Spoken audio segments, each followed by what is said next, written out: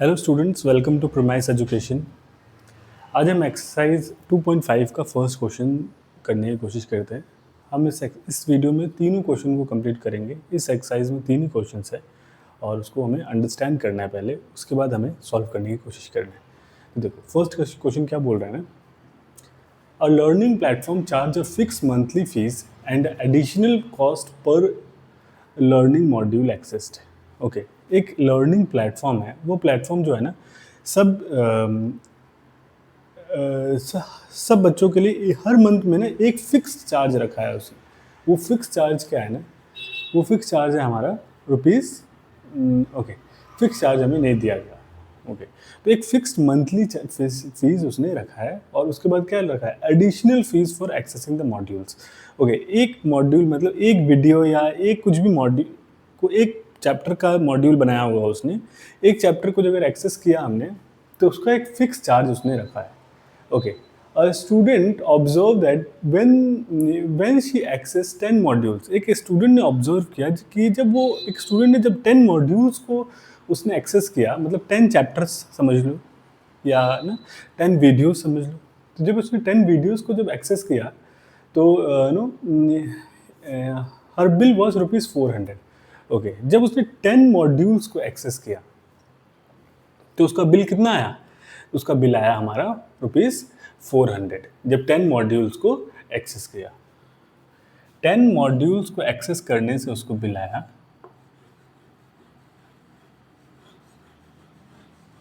10 module को access किया उसने तो उसका बिल आया ₹400। ओके, उसके बाद दूसरा दूसरा पार्ट है, हमें क्वेश्चन को समझने आया। 10 वीडियोस को जो अगर उसने देखा तो उसको ₹400 पे करना पड़ा। ओके, उसके बाद क्या बोला गया ना, when she access the 14 modules her bill was ₹500। जब उसने 14 मॉड्यूल्स को एक्सेस किया, 14 मॉड्यूल्स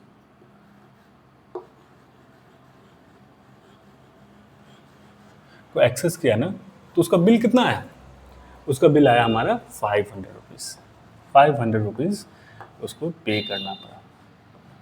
उसके पीछे मैं रुपीज़ का साइन लगा देता हूँ। तो देखो, 10 मॉड्यूल्स के लिए 400 और 14 मॉड्यूल्स के लिए 500। उसका नेक्स्ट क्वेश्चन क्या बोला गया, if the monthly bill Y depends on the number of the module access.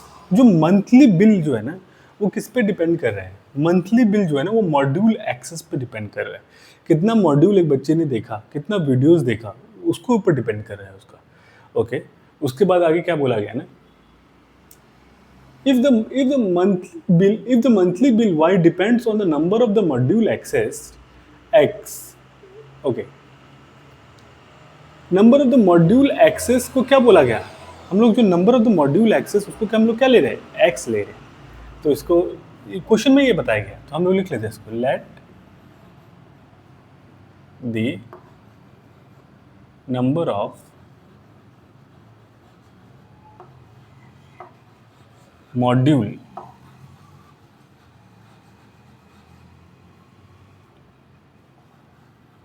Access bx। Okay, तो नंबर ऑफ मॉड्यूल एक्सेस जो है ना,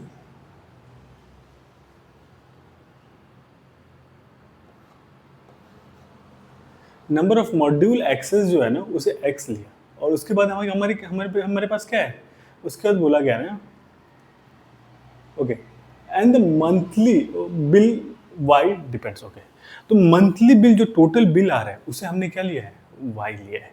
ओके, तो मैं यहाँ पे लिख देता हूँ, मंथली जो बिल है ना वो हमारा है बी वाई, ये वाई है, मंथली बिल वाई है और मॉड्यूल एक्सेस जो है ना वो एक्स है। ओके, तो अभी हम क्या करना है ना, उसका एक और चीज़ क्या बताया गया, तो रिलेशन क्या बताया गया, y is equals to, y जो है वो किसके बराबर है, y is equals to ax plus B. Okay, तो हमें बताया गया ना, जो हमारा जो मंथली बिल है, जो बिल है वो कितना आ रहा है, ax प्लस बी। ओके, तो जो जहाँ पे x क्या है, x जो है हमारा कितना मॉड्यूल मैंने एक्सेस किया, अगर मैंने फर्स्ट केस में देखो, अगर मैंने 10 मॉड्यूल एक्सेस किया था तो मेरा मंथली बिल कितना आ रहा था 400। तो एक्स के जगह पे जब मैं 10 डालता हूँ, एक्स के जगह पे जब मैं 10 डाल रहा हूँ, ओके, तो मेरा वाई का वैल्यू क्या, वाई क्या हो जा रहा है 400, मंथली बिल क्या हो जा रहा है 400, तो इक्वल्स टू लिख देता हूँ 400। ओके, दूसरा केस है, अगर मैंने x के जगह पे क्या डाला 14 डाला, 14 मॉड्यूल्स, तो मुझे मंथली बिल कितना देना पड़ रहा है 500। तो x के जगह पे जगह मैं 14 डाल रहा हूँ तो मेरा मंथली बिल कितना आ जा रहा है 500। ओके, ओके, तो ए क्या हुआ पर मॉड्यूल कॉस्ट और बी क्या हुआ फिक्स्ड कॉस्ट, है कि नहीं। मॉड्यूल कॉस्ट 14 के साथ मल्टीप्लाई होके फिक्स कॉस्ट के साथ पर मंथ का फिक्स चार्ज है उसके साथ ऐड हो जा रहा है, तो 500 बन जा रहा है। ओके, तो ये हमारा दो एक्सप्रेशन, इक्वेशन 1 बन चुका है ये, और ये इक्वेशन 2, जहाँ पे A represents the per module cost and B represent the fixed cost. Okay, तो अब मैं ए और बी का वैल्यू निकालने की कोशिश करता हूँ। तो देखो, निकालने की कोशिश मतलब इसका वैल्यू जो है ना वो निकालने के लिए हमारे पास 2-3 तरीके हो सकते हैं, लेकिन मैं इसको सब्सट्रैक्शन मेथड से निकालने की कोशिश करता हूँ। ओके, तो देखो, जब मैं इसको सब्सट्रैक्ट करूँ इस वैल्यू को तो क्या होगा, इसके सबका साइन अपोजिट कर देता हूँ, इसके नीचे माइनस साइन, इसके नीचे भी माइनस साइन, इसके नीचे भी माइनस साइन, माइनस कर रहा हूँ, सबको सब्सट्रैक्ट कर रहा हूँ। तो ए 14a और ये 10a, तो ये बन जाएगा हमारा माइनस हो गया 4a हो जाएगा। 14 में से ओके 10 सब्सट्रैक्ट करेंगे तो क्या होगा 10, और बड़े नंबर के आगे माइनस साइन है तो माइनस ए हो गया, और ये प्लस बी और माइनस बी कैंसिल आउट हो गया। ओके, अभी हमारे पास क्या बचा 400 माइनस 500, तो ये बच गया हमारे पास माइनस 100। ओके, माइनस माइनस भी कैंसिल आउट हो जाएगा, तो ए जो होगा वो क्या होगा 100/4। तो जब मैं इसको कैंसिल आउट करूंगा तो ए का वैल्यू आया मेरे पास 25। तो इसका मतलब क्या है, पर मॉड्यूल का कॉस्ट जो है ना वो 25 रुपीज़ है। ओके, पर मॉड्यूल कॉस्ट जो है वो 25 रुपीज़ है। अब मुझे फिक्स्ड प्राइस बी का वैल्यू निकालना है, तो किसी भी इक्वेशन में चाहूँ तो मैं पुट कर सकता हूँ 10a plus b is equals to 400 है। ओके, तो a की जगह पे मैं क्या डालूंगा 25, तो 10 multiply 25 plus b is equals to 400। Okay, अब मैं क्या करूंगा, अब मैं इसको सॉल्व करने की कोशिश करूंगा। तो देखो, अगर मैं ये 10 को जो इससे ये मल्टीप्लाई कर देता हूँ तो ये क्या हो जाएगा 250 plus B is equals to 400। अभी मैं 250 को उधर भेज देता हूँ, तो b is equals to 400 minus 250। Okay, तो इसको जब मैं माइनस करूँगा तो मुझे क्या मिलेगा b इज इक्वल्स टू 150। तो b क्या था, b जो है वो हमारा क्या है फिक्स्ड प्राइस है, ए जो है क्या है पर मॉड्यूल प्राइस है। तो जब मैंने 10 मॉड्यूल्स लिया था तो मुझे 400 रुपीज़ पे करना पड़ा। अब जब मैंने 14 मॉड्यूल्स लिया तो मुझे 500 रुपीज़ पे करना पड़ा। तो पर मॉड्यूल कॉस्ट जो था वो था 25 रुपीज़ और फिक्स्ड प्राइस जो है वो है 150 रुपीज़। तो ए और बी का वैल्यू हमें ढूंढने के लिए कहा गया था इस क्वेश्चन में। तो मैंने ए और बी दोनों वैल्यू यहाँ पे ढूंढ दिया है, मैं क्वेश्चन को सॉल्व कर दिया है। ओके, ढूंढ लिया हमने। अभी ये वीडियो में अगर आपको ये क्वेश्चन समझ में आया तो हम नेक्स्ट वीडियो में चलते हैं।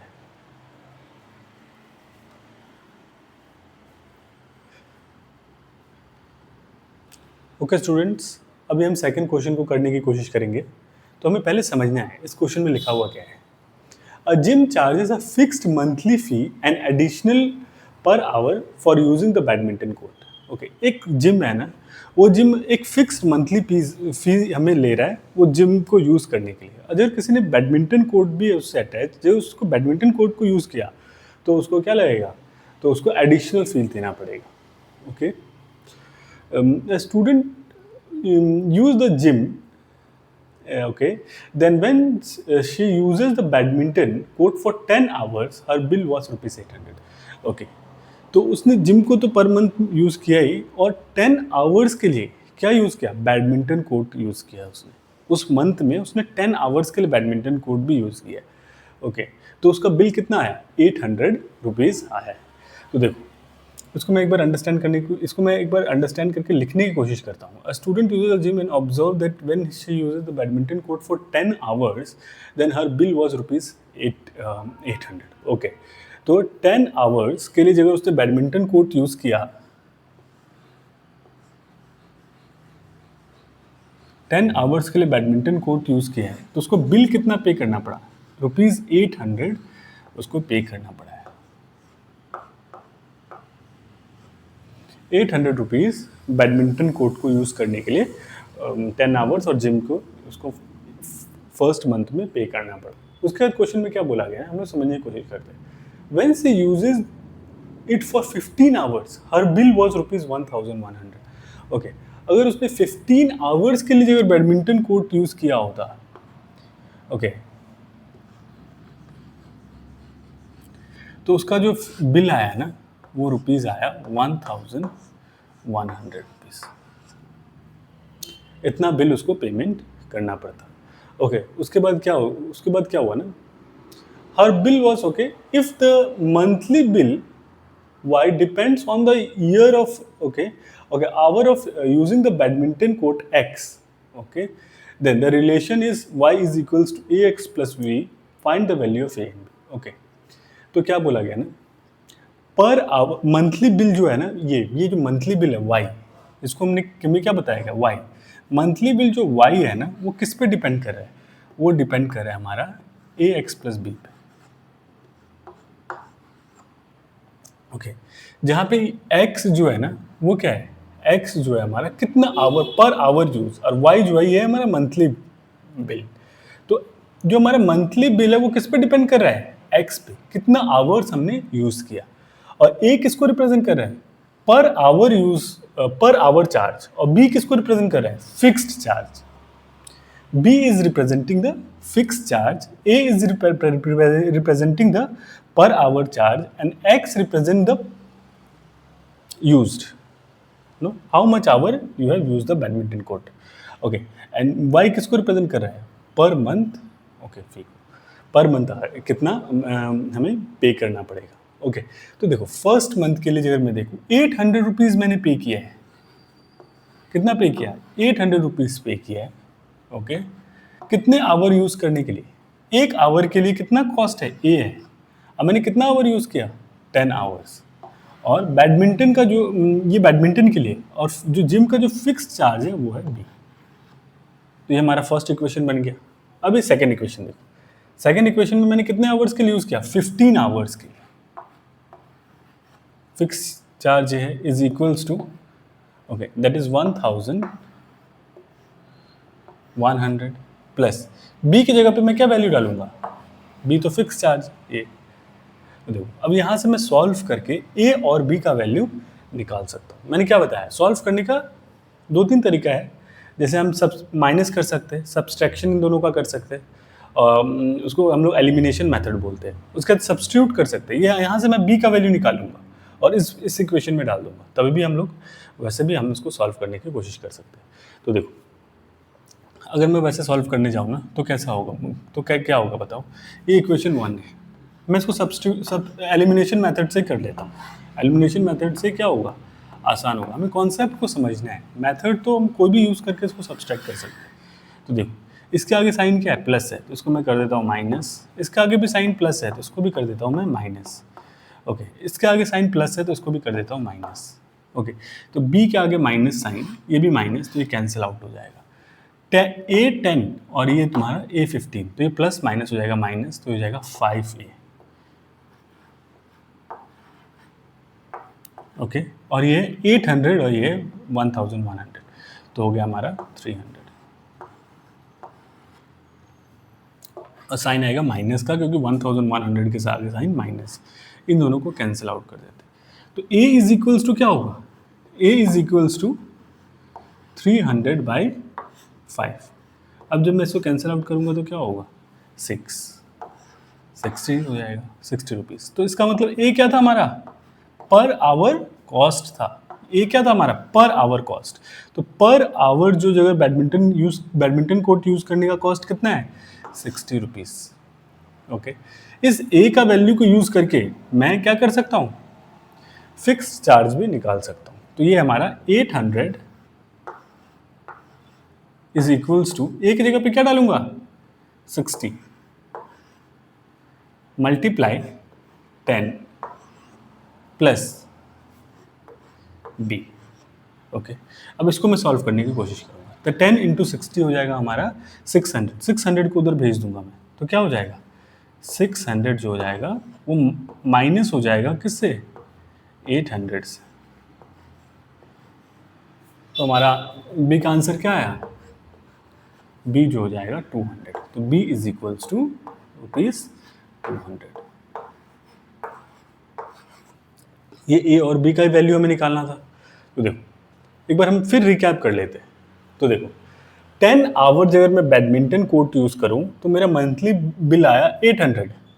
15 आवर्स के लिए अगर मैं बैडमिंटन कोर्ट यूज़ करूं तो मेरा मंथली बिल आया 1100। तो हमें बताया गया ये एक्सप्रेशन को यूज़ करो, linear expression y is equals to A X plus B का यूज़ करना है, जहाँ पे y जो है ना मंथली चार्ज है, x जो है फिक्स्ड चार्ज पर मंथ का, पर आवर्स का बैडमिंटन कोर्ट का यूज़ जो है ना, x जो है ना वो है तुम्हारा पर आवर, कितना आवर्स यूज़ कर रहे हैं, और a जो है फिक्स चार्ज, और b जो है, a जो है पर आवर चार्ज, और b जो है ना वो फिक्स चार्ज है। ओके, तो 800 जो होगा वो y के जगह पे मैं डालूंगा, a 10 plus b। Similarly in दोनों का एक्सप्रेशन ये बन गया, इन दोनों को मैंने माइनस किया और मुझे a का वैल्यू क्या मिला, 60 मिल गया। उस a के वैल्यू को मैंने फर्स्ट इक्वेशन में डाल दिया तो मुझे b का वैल्यू भी मिल गया। तो इसका मतलब क्या हुआ, मैं यहाँ पे लिख देता हूँ, a is equals to 25 rupees.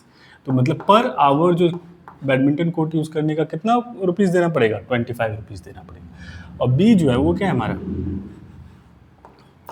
वो हमारे पास 200 रुपीज़, मतलब 200 रुपीज़ वो जिम का चार्ज है, फिक्स्ड चार्ज। ओके, तो ओके स्टूडेंट्स, अगर आपको इस वीडियो में क्वेश्चन को सॉल्व करने का तरीका अगर समझ में आ रहा है तो वीडियो को लाइक कीजिए, सब्सक्राइब कीजिए, ओके, ताकि मैं और भी वीडियोस बना सकूं, उसके लिए मुझे मोटिवेशन मिले। और अब हम चलते हैं नेक्स्ट क्वेश्चन पे।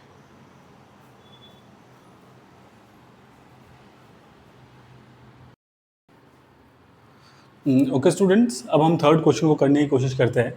तो देखो थर्ड क्वेश्चन में क्या बोला गया ना, consider the following relation between the measure of degree Celsius and the Fahrenheit which is given by C degree Celsius equals to A Fahrenheit plus B। Okay, तो question में हमें बोला गया ना, हमें डिग्री सेल्सियस और फ़ारेनहाइट का relation दिया गया है। देखो डिग्री सेल्सियस जो टेम्परेचर है ना वो हम लोग साउथ ईस्ट एशिया में यूज़ करते हैं, डिग्री सेल्सियस टेम्परेचर को डिग्री सेल्सियस में मेज़र करते हैं। और फ़ारेनहाइट जो है ना हम लोग यूरोपियन कंट्रीज़ में यूज़ होता है फ़ारेनहाइट। तो इन दोनों के बीच का रिलेशन क्या है वो बताया गया हमें। तो क्वेश्चन में बोला गया ना कि जो डिग्री सेल्सियस और फ़ारेनहाइट का रिलेशन जो है ना वो कैसा है, जो degree Celsius is equals to A Fahrenheit plus B। Okay, degree Celsius is equals to A Fahrenheit plus B. Find the value of A and B given that ice melt at 0 degree Celsius and 32 degree Fahrenheit. Okay. Ice जो है ना वो ice के बारे में क्या बताया गया, आइस जो है ना वो मेल्ट कब होता है, डिग्री सेल्सियस में तो वो 0 डिग्री सेल्सियस से वो मेल्ट होना शुरू हो जाता है 0 डिग्री से। और अगर फ़ारेनहाइट में देखा जाए, डिग्री फ़ारेनहाइट में अगर देखा जाए तो 32 डिग्री फ़ारेनहाइट पे वो आइस मेल्ट करना शुरू हो जाता है। ओके, तो melting point of ice Fahrenheit में 32 है, और ये मतलब ऐसा नहीं 0 डिग्री होते सारा आइस मेल्ट हो जाएगा, वहाँ से स्टार्ट होगा मेल्ट होना। और फ़ारेनहाइट में ऐसा नहीं 32 होते ही वहाँ से सारा आइस मेल्ट होकर वाटर हो गया, ऐसा नहीं है, वहाँ से वो स्टार्ट हुआ जस्ट मेल्ट होना। ओके, उसके बाद क्वेश्चन क्या बोला गया ना, okay, water boils at 100 degree Celsius and okay 212 Fahrenheit. तो वाटर का जो बॉइलिंग पॉइंट है ना वो कितना दिया गया फ़ारेनहाइट में और डिग्री सेल्सियस में। ओके, तो ये हमें बताया गया है, डिग्री सेल्सियस में बताया गया है। ओके, मैं देख लेता हूँ एक बार फिर से। वाटर का जो बॉइलिंग पॉइंट हमें दिया गया है, ये था हमारा आइस बनने का, आइस का मेल्टिंग पॉइंट दिया था। अब बॉयल पॉइंट क्या था, बॉइलिंग पॉइंट जो है ना वो क्या दिया गया ना 100 डिग्री सेल्सियस। डिग्री सेल्सियस में तो 100 है और फ़ारेनहाइट में है हमारा 212 फ़ारेनहाइट, डिग्री फ़ारेनहाइट। ओके, तो दो वैल्यू हमें दिया गया है, डिग्री से अब आइस का मेल्टिंग पॉइंट और बॉइलिंग पॉइंट दोनों दे दिया गया। ओके, तो अभी हमें ए और बी का वैल्यू निकाल के बताना है। ओके, तो मैं जब यहाँ पे ये वैल्यू डालता हूँ ना डिग्री सेल्सियस, डिग्री सेल्सियस की जगह पे जब मैं 0 डालूंगा, 0 इज इक्वल्स टू ए और फ़ारेनहाइट की जगह 32, ए इंटू 32 प्लस बी की जगह पे क्या डालूंगा, बी होगा, कांस्टेंट है। ओके, सिमिलरली यहाँ पे जब 100 डालूंगा ना डिग्री सेल्सियस पे 100 इज इक्वल्स टू फ़ारेनहाइट की जगह पे क्या डालना है 2, तो ए इंटू 212, ओके, प्लस बी। चलो अभी देखो इन दोनों को सॉल्व करके फिर से हमें क्या बन गया, ये भी एक लीनियर एक्सप्रेशन है, मतलब इसका हाईएस्ट पावर 1 है और वेरिएबल कितना है 2 वेरिएबल्स। ये भी एक लीनियर एक्सप्रेशन है, उसके पास भी 2 वेरिएबल ए एंड बी। इसको सॉल्व करने की मैं कोशिश करता हूँ। ओके, तो मैं इसको इसके नीचे लिख दूँ या इसको उसके नीचे लिख दूँ, दोनों बात एक ही है। तो यहाँ पे मैं इसको इसके नीचे लिख देता हूँ, 0 is equals to A 32 plus B. तो ये हो गया हमारा, प्लस को कर दो माइनस, इसको भी कर दो माइनस, ये भी प्लस है इसको भी कर दो माइनस, साइंस को अपोजिट कर दो। तो ये क्या बन जाएगा 100 बन गया हमारा, 100 माइनस 0 100, इसको माइनस करूँगा तो क्या होगा बताओ, 2 माइनस 2 0 और 21 माइनस 3 18 है, 180 है प्लस, ओके, और ये माइनस बी प्लस बी हो गया कैंसिल आउट। तो ए का वैल्यू क्या आएगा, ए को मैं इधर रखता हूँ और 180 इसके साथ मल्टीप्लाई है, उधर आके हो जाएगा डिवाइड, क्योंकि जब साइड चेंज होगा तो उसका साइंस भी चेंज हो जाएगा, मल्टीप्लाई था तो उधर आके हो गया डिवाइड। तो 180 से ये हो जाएगा हमारा डिवाइड, 0 0 हो गया कैंसिल आउट, बच गया क्या 10 और 18, तो 2 से दोनों कैंसिल आउट हो सकता है, 2 5 आर 10 एंड 2 9 आर 18, तो ये हो गया हमारा 5/9। ए का वैल्यू आ गया हमारे पास 5/9। ओके, ये जो ए का वैल्यू है ना, इसी को मैं किसी भी इक्वेशन में डाल देता हूँ और बी का वैल्यू निकालने की कोशिश करता हूँ। तो मैं इस इक्वेशन को कंसिडर कर लेता हूँ, जो फर्स्ट इक्वेशन हमारा था ना, यहीं पे ए का वैल्यू डाल दो, तो ये क्या होगा हमारा 0 इज इक्वल्स टू, ए की जगह पे क्या डालूंगा 5/9 मल्टीप्लाई 32 प्लस बी, हो गया। ओके, तो इसको जब मैं इससे मल्टीप्लाई करूंगा ना तो क्या होगा, 5 2 10 0 1 यहाँ पे गया, 5 3 15 एक 16 160/9 plus B is equals to 0। तो बी का वैल्यू क्या होगा, इसको प्लस है उधर भेज दो माइनस हो जाएगा, तो बी इज इक्वल्स टू 160/9 और साइन कैसा होगा माइनस का। ओके, ये जो है ना प्लस था तो उधर जाके हो गया माइनस, तो ये ए का वैल्यू और ये बी का वैल्यू, तो हमें ए और बी का वैल्यू पूछा गया था। देखो मैंने इन तीनों क्वेश्चन को ना सबसे सिंपलेस्ट वे में समझाने का कोशिश किया, कैसे सबसे स्मॉलेस्ट वे में अंडरस्टैंड कर सकते हैं ना, उसको मैंने कोशिश किया है। अगर आपको ये वीडियो पसंद आ रहा है तो उसको लाइक कीजिए और अपने फ्रेंड्स के साथ शेयर कीजिए, और मैं और भी शॉर्ट में कैसे चीज़ों को अंडरस्टैंड करना है वो समझाने की कोशिश करूँगा इस चैनल पे, तो इसलिए इसको सब्सक्राइब भी करके रखिए। Okay, thank you.